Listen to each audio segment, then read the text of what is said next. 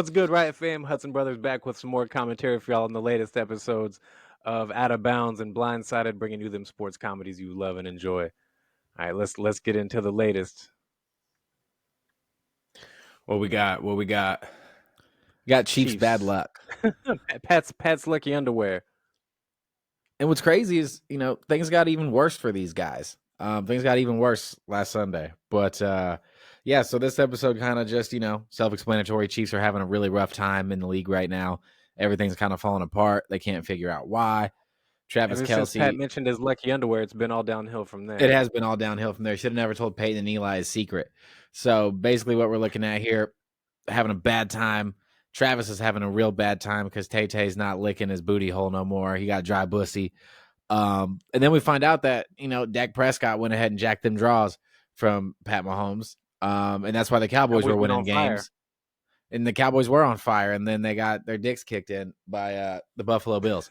So, the underwear only worked for so long, but things are looking up for them in the Detroit game. We will see how that game finishes up, but things look good. I feel like we might need to bring back the lucky underwear because people keep asking about it in the comments, talking about who's got the lucky underwear now. Because obviously, Cowboys don't have them anymore, and that's what everyone keeps saying. Lamar's got the lucky draws, so I feel like maybe we need to bring that saga back in a little bit more about. Oh, this is what we do. We do the sisterhood of the traveling pants. It's the brotherhood of the traveling underpants. Which I haven't seen that movie or read that book because I'm not gay, but. So I don't know what it's about, but I think they're magic pants, dog. I ain't seen it either. I think they're magic pants. Ask your cousin about it. No, that is definitely not it. I've never seen the movie, but I remember seeing the preview back in the day, and I don't think it has nothing to do with no magic nowhere. Your cousin named her daughter after one of the characters in that movie, so ask her about it. She'll tell you all you need to know. I guess my cousin too. We'll see. I guess it's all of our cousins, not just yours. Nah, she married in. She married in. That's true. That's true. She did marry in. But yeah, she my cousin. I mean, this was an episode that pretty much even whenever we wrote it, we knew it was going to be a smash hit. Like this episode was funny too because I didn't even know that dry bussy line was coming. I think that you guys wrote most of this episode without me, if I remember correctly, because I remember reading that and being like, "Well, it's about as funny as jokes get right there, as far as I'm concerned." It almost didn't make the cut either because it almost didn't make the cut because I low key was being a little bit too bitch made about it. It was like, I don't know, man. Like it might be a little bit too edgy. I don't want social to flag it. And Trent was like, "Fuck that, it's going in." I agree. I mean, it's hilarious for sure. It was too funny, man. It was too funny that it's so funny. It made me laugh so hard. Like we just kept being like, okay, well, like what's the funniest out of these lines? This, and this. We had like 3 options, and that one made me laugh every single time. So I don't care. Like just fuck it, put it in and see what happens. I didn't think. I mean, if you would have asked me about it, because like I said, I wasn't a part of that at that point, and I would have probably known that it wasn't gonna get flagged though, because I've been seeing a bunch of social media posts with that country singer who does all that super homosexual stuff, which is hilarious. Like I'm cool with it, but those never get flagged. Does he do them on TikTok though? Does he blow up on TikTok? Because TikTok is usually the one that's kind of more restrictive. Yeah, I'm not on TikTok a ton. I always see it on IG, and IG usually lets you get away with more. But did this episode get flagged on TikTok? It didn't get flagged on anything, but there was a lot of people asking about what a bussy was. So does anybody, Trent, why don't you explain what a bussy is to the people who don't know? Go back to the episodes and look at the comments, because the comments on there explaining what the bussy is hilarious. But also, a bussy is just a butthole. This is a butthole. It's a butt pussy, butthole. It's one of the comments said man pussy. Gay dudes call their butthole. Funny. It's what gay dudes call their butthole. I've only ever heard my gay friends say the word bussy ever. For sure, yeah. No straight dude. Nobody just calls their asshole bussy. Well, now I kind of nobody calls it that.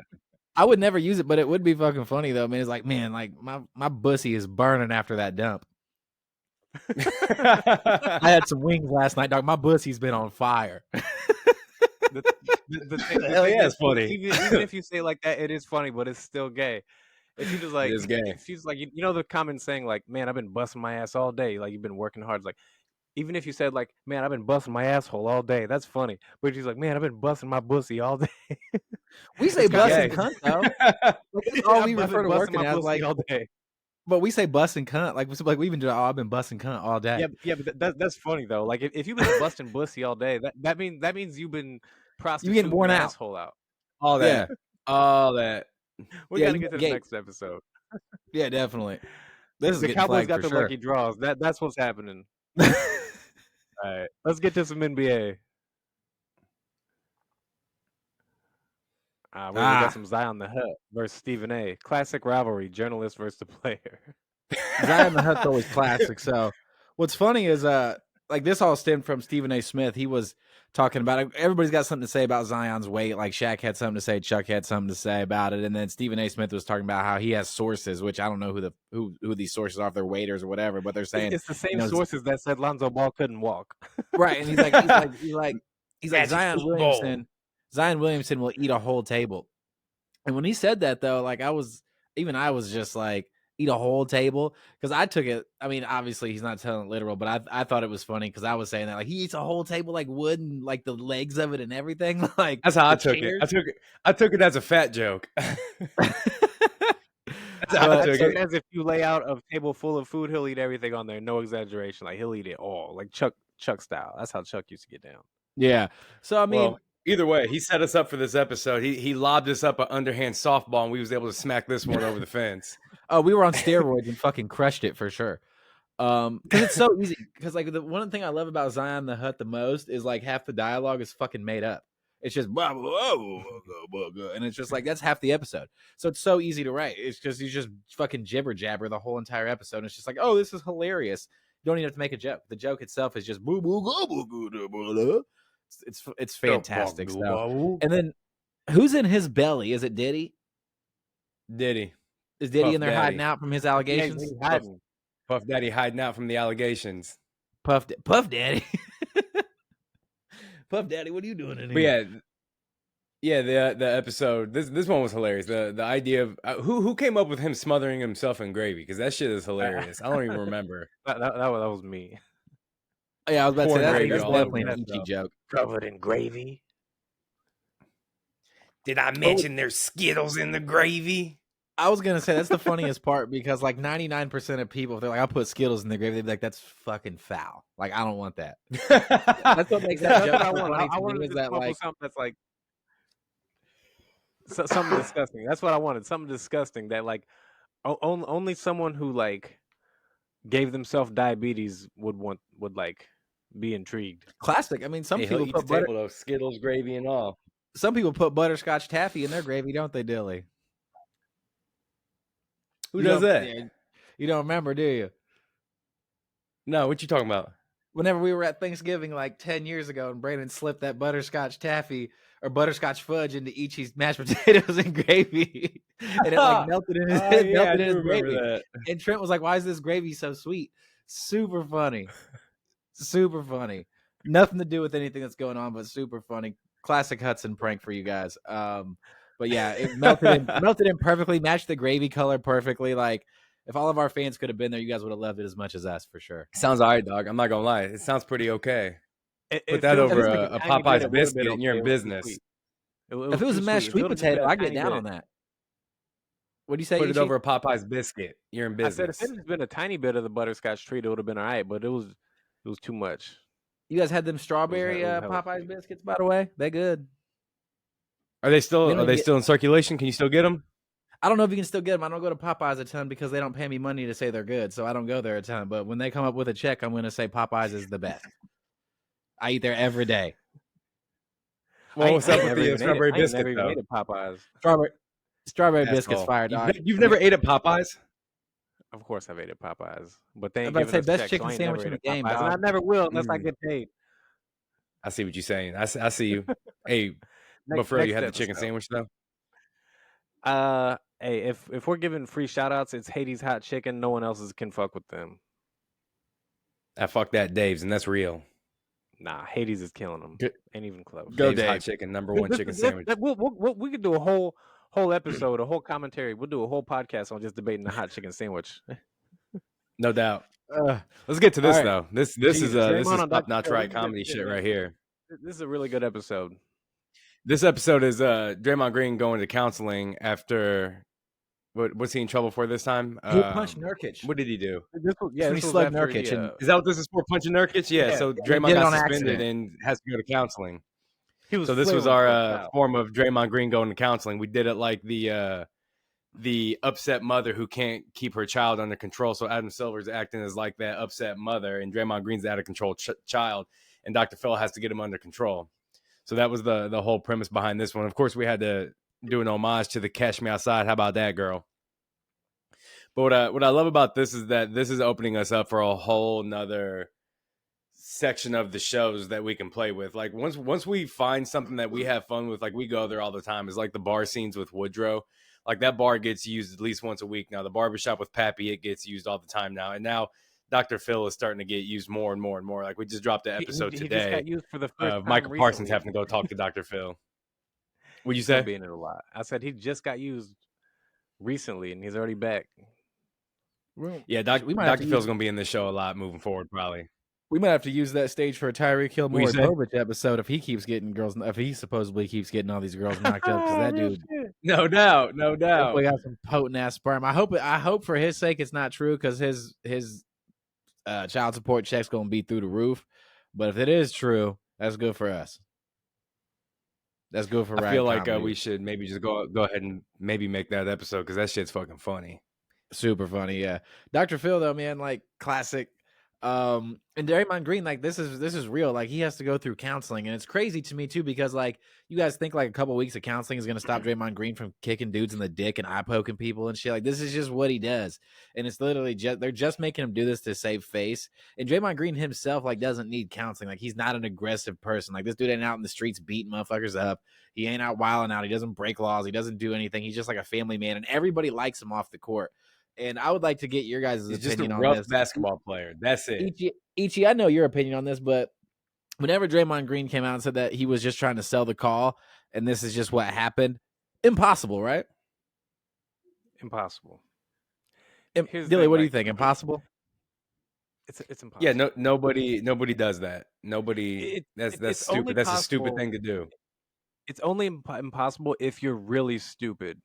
Like you see like really stupid high school players like that who play like at not very good schools on sucky teams. Like the whole team sucks, and there's a couple dudes who like really, really suck. That's a move that those guys they're football players. So either Draymond is like really, really stupid, which we know he's not, or he did it on purpose. So he did it on purpose, right? Yeah, he did that shit on purpose for sure. And I ain't even mad at it, dog. Like I wish more.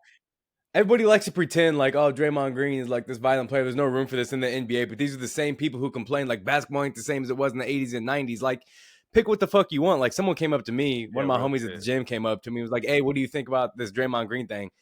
He's like, what do you think should happen to him? I was like, me personally? I was like, I mean, if it was up to me, like 0-game suspension, let the dude keep playing. Like, I'm all for rough and tough basketball, dog. Like, bring it back whenever tough basketball. That ain't even a hard behind their back.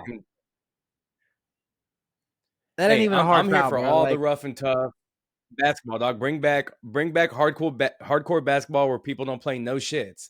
Like, if anyone should be in trouble, it's Nurkic for being soft. Get your ass up and fight. Hell no, dude. That ain't even rough and tough basketball. It's not like Nurkic was coming. Nurkic didn't even have the ball. That ain't rough and tough basketball, dude. Like 3-game suspension enough. What about whenever Cream didn't have the ball and he caught that elbow and then punched that dude in the face? That's different because that's rough and tough basketball. This dude elbowed him on purpose, and that was retaliation. Nurkic was just trying to gain position in the post, and Draymond Green was upset that he was getting bullied by this big, awkward, clumsy white dude. I like and it. This dude Good. Was like, do something. Was like, I'm gonna punch him in the face, and then Draymond Green was like, I wish I was athletic enough to do a 360 punch and hit somebody in the face. Who the fuck ain't? Who the fuck can't spin around and punch somebody in the face? Like everybody can turn around and punch somebody in the face, dog. Especially whenever they're like he's holding on to you.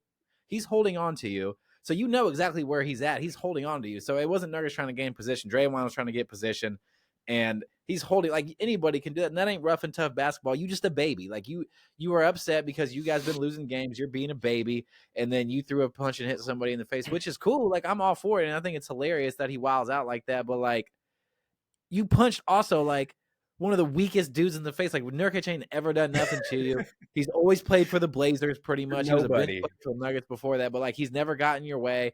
There's never been a rivalry there. You just threw a hissy fit. It'd be different if he was come down. It'd be different even if he facialed you. If he facialed you twice in that game, and then you were like, I'm gonna get this dude for this, totally acceptable. What he did right there. Yeah, I feel you. I feel you on all that. And if I'm being real, like, yeah, he shouldn't have did that shit, and there has to be a little bit of trouble, but this is too much. missing 3 weeks of basketball is too much. Like, it ain't that serious. Like, give this dude 2-game suspension, move on. Like, let's go. Roll the balls out. Play basketball, guys. I agree. Free Draymond. On to the next one. Free Draymond for sure. Ooh, he's like more Nelson Ja Morant. Mandela. The return he's back too. Man, I'm a big fan of this episode. Yeah, this episode's good. This was Jalem's God good damn it. No doubt. So this was made because Ja Morant got to make his return, and shout out Ja Morant for that return he had too, because this dude came through and balled his ass off and had the game-winning shot. Like, sick. You know, that's such a Ja Morant thing to even do. Anyways, we make fun of this dude a lot, and he gets clowned really hard in our show. But this dude is a straight stone cold killer on the court, and there's not a lot of players better than him. Like, this dude came through that game. But this episode, this was done. Someone made a comment on it, which is exactly correct. He said, the ending of every Hollywood movie ever. It's supposed to be Ja Morant finally killing his, like, Jalem is his little Jalem character, which everybody always wants to know what his name is. His name is Jalem because he's based off of the character in the Lord of the Rings, Gollum. Gollum has his precious, which is the ring, and Jalem has his precious, which is his gun. And it's supposed to be like his darker evil side, like that bad character on your shoulder that you can't listen to. And this is supposed to be the death of Jalem. Like, Ja Morant's a changed man. He takes him, snaps his neck in it, throws him to the side. And then we end it with him opening his eyes last second just to leave that open just in case. And then, you know, what was it? A few days later after that, Ja Morant had a dance that was controversial to a lot of people. Yeah, he did that. What's that? And I think it's a New Orleans thing. That's why he did it on them, right? That's what they said. That's what they said. I don't know. I don't know what it represents. I know what it looks like. I don't know. I'm not hip enough to keep up with what's like. So the new dance I did some research into it because I was genuinely curious. I'm like, there's no way this dude was just out here popping fake shots and bazookas and shit right out the gate. Like, there's no way. maybe. I mean, he's done some shit, but like, so I went and looked into it. So it's a dance in New Orleans. Like, I saw a couple music videos that had it in it and stuff, but let's not get it twisted. Like, it's a dance from New Orleans. It's gangster as fuck to catch an oop on the New Orleans Pelicans and then steal a dance from New Orleans and do that. But that shit is bazookas and guns, and I think it's hardcore, dog. It ain't nothing wrong with it. Like, anybody who's got some shit to say. What'd you say? Couldn't he have popped, locked, and dropped it or something though? Did he have to do that shit's lame, dog? Like, me personally, lame. Fuck yeah, it is lame. It is lame. And he just over just dancing, and I don't even care if the first game he was on the court, dog. Like this dude made a 3-pointer and pulled a gun off his hip and fucking shot every single one of the other fucking 5 players on the court, dog. Like, it ain't a real gun. This dude out here celebrating and shit. Like, anybody who can't jump up and catch an oop, anybody who can't jump up and catch an oop 2 foot above the rim and slam it hard as fuck, got no business telling somebody how to celebrate, because that shit would get me hype as fuck. I'd get technical every time I fucking got. I would rattle the rim and break my wrist on every jam. I don't have a problem with the celebration. I do understand why some people see it and is like, this is fucking stupid. Like, why would you do that? I do see that. But, I mean, I like it, dog. More of that, Ja. More alley-oop slams and fucking celebrations. Give us more. More all that. But can you dog, I don't care what this dude does. As long as he doesn't keep beating up high school kids, like, that's my only knock on him. Stop fighting children. If you're going to fight, that's it. That's my only knock. Just stop fighting children. I don't care about anything else. I'm not even saying, like, I personally don't care. Like, I cannot care about this and still think it's stupid to do that because of the repercussions and the, like, just, like, that's what I'm talking about. It's like, you're just opening the door for criticism. And you imagine if David Stern was still the commissioner? Yeah, dog. He would have called him in the office. This motherfucker and be like, "What the fuck are you doing right now? Like, do something else. Do something else. I dare you, Ja. I fucking dare you." Definitely, dog. Yeah, it'd be an issue, but dare you. I like it though, dog. Go Ja. Go the celebrations. Go taunting. Go all that, dog. I'm here for it all. Like, it's tight. Me too. I'm more just, tight. I get it, man. Like, Philly, your repercussions. It sets yourself up. You said, yeah. He sets himself up to get in more trouble. He does. Worse punishment. Yeah. Hey, but it's more. It's entertaining for us though. So whatever. I'm here for it. I mean, I take it. I like it, but. But I also want Ja to be on the court, though. I want Ja to be.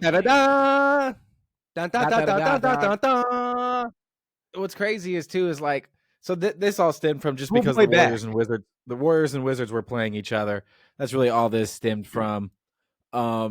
And it's funny too because everybody's been asking for more Poole Boy, and it's like, what the fuck are we? They're like 5-25. Like, what do you guys want us to do with Jordan Poole now? Like that shit's over with. Like they're atrocious. But basically, like he looks like a sidekick half the time. No doubt. We had our fun with Poole Boy. We're not going to get too much more Poole Boy, I don't imagine. We're going to have to change him to Poole Girl. 100%. Hell yeah. 100%. Because this dude, like Kyle Kuzma's the best player. Kuzma's the best player on that team for sure. And Kuzma's going to get a new nickname. He's going to be the Big Kuz. He's about to be Jacuzzi Jets or something. He's about to get a better nickname than Jacuzzi. Jacuzzi Jets or something. You can't be 5-25 and get a nickname. No. I feel you. Jacuzzi. Just be that. I feel you. I ain't even mad at that. He's Kyle Kuzma now, and he's Jordan Poole. That's it. That's who you guys are now. Revoked. You guys don't have nicknames. You guys fucking play for the Wizards, and you guys suck. Like your team sucks. Like y'all two don't suck at basketball. Obviously, you guys are in the league. You guys can both get 20 points any given night. Like y'all are good, but like y'all can't win basketball games. You guys are just Jordan Poole, Kyle Kuzma, and basically in this episode, Poole Boy shows back up. He's been teaching himself karate on how to dodge punches, but he don't know how to dodge pickle punts. That's for damn sure. And Draymond Green, he needed that. Like Draymond Green at the end of the episode was like, "Ooh, I really need that. I had a rough week," because this was like right after like Draymond Green got suspended and indefinitely, which is pretty wild. But yeah, so that's the whole episode here. But yeah, this Wizards team, man, this Wizards season, like everybody was like, "Oh, I can't wait. Like, let's see how this duo does together." This season for the Wizards is going pretty much identical to how I thought it would be. And now if somebody told me like, "Oh, they're going to be 5-25," I'd be like, "Nah, probably 7-23." But I expected better. I'm not gonna lie. I expected surely better. They would win 30 games this year. I thought surely they would win. They're 32 games deep. How? They're sucking on purpose. Gas to win 30 games. What do you mean? 30 and 50. But they're sucking on purpose. I thought they would suck. They want the one pick. If you want the one pick, you can coach yourself into the one pick. You can. And they want the one pick. Like Monty Williams. He's one of the best coaches in the league, and he's doing it. Greg Popovich too, dog. There's no reason like that Spurs team in particular. Like last time I looked, I think they were like 8-23 or something like that. 8-22, 8-23. And they be losing. They be sitting Wemby from time to time and stuff. And like, there's no way that if Greg Popovich didn't want to have that record that he would. And and I don't want to sit here and say they're losing on purpose, but these motherfuckers ain't winning on purpose. That's for damn sure. So no doubt, all that. And the Wizards need the one pick. Like, what are you gonna do? Like, win 30 games and get the 7 pick? Like, there's no point. It's frivolous. You might as well just spend your money on Jordan Poole, Kyle Kuzma. They're gonna trade Kuzma at the deadline, I think, and try to get a first round pick for him because somebody will take him. Jordan Poole, y'all probably stuck with that. Smart. It is smart. No, everything you're saying is correct. They didn't Poole Boy, bring those guys. They didn't have Kuz and bring in Jordan Poole thinking, "Oh, this is a great move. Like this is gonna even put us in the playoffs." I can't imagine they were even thinking that. Like if you ain't making fill these books up. They missed the play-in with Bradley Beal and Porzingis. I know Bradley Beal was hurt a lot, but they definitely have had better rosters over the last 2, 3, 4 years and not even sniff the playoffs. So I don't think they planned on it. That's for sure. Feel pretty good about it. What's next though? Yeah, what's next episode? I'm gonna chill till then, like Snoop. Next episode. That's another example of us doing something one time and playing it out though. Oh shit, here we go, more Dr. Phil. Yeah, dude. Micah Parsons. I was saying about the last episode, that was that pickle point. Once you get a character already built and set up, it just makes everything easier to do it over and over again. Same thing with like Dr. Phil and the set and everything. That's why the pickle point has now been used twice in 2 weeks and will probably be used a lot more. Face punches from Dre and pickle punch from Dre. It's already built and ready to go. We can place it anytime we want. So more of that to come. We'll wear them out. So this episode, we're wearing out Woodrow. Yeah, Woodrow didn't get worn out, but this episode stems from during the Niners-Ravens game, Micah Parsons tweeted something basically about how it wasn't really a shot or anything like that. It was basically just talking about how like maybe the MVP race is more open, maybe it's not set in stone. Now that they're behind, that there's not like a lot of plays opening up and things like that, and everybody basically was just like, why? People kind of took it over the top, in my opinion, but people were talking about how Micah Parsons shouldn't be talking about the Niners because they beat them 41-10 whenever they met up. And then Rob Gronkowski had something to say about how, what did he say? Losers losers focus on winners, winners focus on winning. And then Deebo Samuel had some shit to say, but obviously he's the wide receiver for the Niners. He probably should have been in the episode. We just didn't have time to build him. But that's and Christian was already built, and obviously we need Brock. But of course Deebo Samuel's going to have something to say because he's his wide receiver. So we kind of just took that and just ran with it. Is that Micah Parsons? They just live rent free in his head, and we took it literal. These guys literally live rent free in his head, and they're trashing his mind, man. As soon as we get in there, CMC smashes a lamp in there. Brock Purdy's been dropping loads all over this dude's mind fucking him, been mind fucking this dude. So and that's where the whole episode stems from. And Dr. Phil's his therapist, and at the end of this episode, which I thought was a pretty classic joke, dog, not gonna lie, is whenever he's like, you're thinking about the Niners again, aren't you? And he's, nah, I'm thinking about Brock. I mean cock. You thinking about cock? Yeah. Yuck. Like that shit never gets old to me, dog. I've watched the ending of that episode like 30 times, man. It never gets yuck. Like that shit is so classic, man. Like that's a classic joke to me. This episode's fantastic. How's it performing, by the way? I haven't even looked at the numbers today. I've been too busy. Not like super awesome, to be honest with you, man. I didn't think that it probably would, just because today and tomorrow, man, like college football kind of dominates this weekend. The New Year's Eve weekend is pretty much dominated by college football because we have all the bowl games. And then shout out Mizzou, Cotton Bowl champs. What do you say? I said shout out Mizzou, Cotton Bowl champs. Shout out Mizzou knocking out Ohio State. That was clutch. But then we have like Alabama, Michigan coming up on New Year's Day. We had a bunch of games today. Like we had number 10 versus number 11 today this morning. This whole weekend's dominated by college sports for the most part. So this episode, as far as performing, I didn't know how well it would perform, especially since the Lions aren't even in it. But this is a college football weekend through and through, no matter what. But this episode's fantastic, even if it doesn't perform as good as it could have. If this was, if this would have been a Cowboys playoff game or even just like a regular football Sunday, I think it would have performed better, because even though there's college football on tomorrow too, NFL dominates Sundays, but Saturdays for college football. So it's doing decent though. It's got like 40,000 views already on IG. I don't know what it's doing on everything. I'm mad at that. Now. It's a solid day. Yeah. I'm not mad at it. I'm mad at it since we dropped it, 3 hours ago probably. So all in all, pretty solid. But this episode's fantastic. I was really excited about this episode. We were writing it last night. I was pretty obsessed with it. I'm not gonna lie. But yeah, this whole episode. Micah. Everybody was kind of talking trash on Micah, but I get where he's coming from to an extent. If you're the Dallas Cowboys, you're looking around the NFC and you feel deep down in your gut that the only team that's going to keep us from going to the Super Bowl is the Niners. Like that's it. So I get it. You should keep tabs on these dudes. And if you want to talk some shit on these dudes, talk your shit, man. Because at the end of the day, like you're going to they already have a playoff seed locked up. They might not win their division. That's fine. But you're locked into the playoffs. You're good to go. And they're probably. We were talking about this earlier too. People act like these two teams, like they're a rivalry, and they act like they're not. Like this is what we want in sports. We want people to talk shit back and forth, even though this y'all played forever ago, and you're not gonna play again the rest of the season unless you meet in the playoffs. Like. This is what we want as fans, but look, that's just the media, man. Like they're never happy, no matter what. Like we want this, but then when you do it, like we're gonna talk shit on you, like what we were talking about earlier. Like they get mad at Draymond for playing the way he does, but then they say they want that, and NBA players are soft. Like we like give us this, like talk that shit, like you said. And once you all meet in the playoffs, if you do, like it's just gonna make the game that much sweeter and that much more built up and hyped up, and us fans that much more excited about it. So, like you said, man, talk that shit.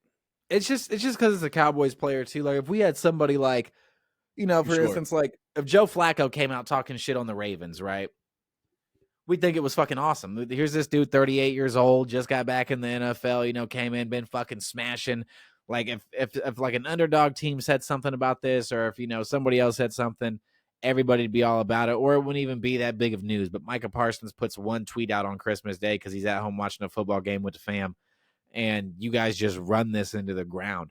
So, it's the perks of being a Cowboys player. He's much more famous and, he gets his own show and all those things. But the downsides of it are, Dak Prescott was the leading MVP. Everybody was saying that when the season started, Dak Prescott, is he the right guy for the Cowboys? By week 8, week 9, oh my God, Dak Prescott might win the MVP. Last couple weeks, I don't know if Dak's the guy to get it done for the Cowboys to win a Super Bowl. And it's just like, you guys don't talk like this about anybody but them boys, which is fine. The Cowboys are America's team. Y'all kind of do this to yourself, and y'all were super good in the 90s. But, like, You ain't won a Super Bowl for like 30 years, bro. Like, who cares? Like, let's talk about somebody else like to an playing for extent. the Yankees or Lakers, though. It comes with the What'd you say? territory. It's like playing for the Yankees or Lakers, though. It comes with the territory.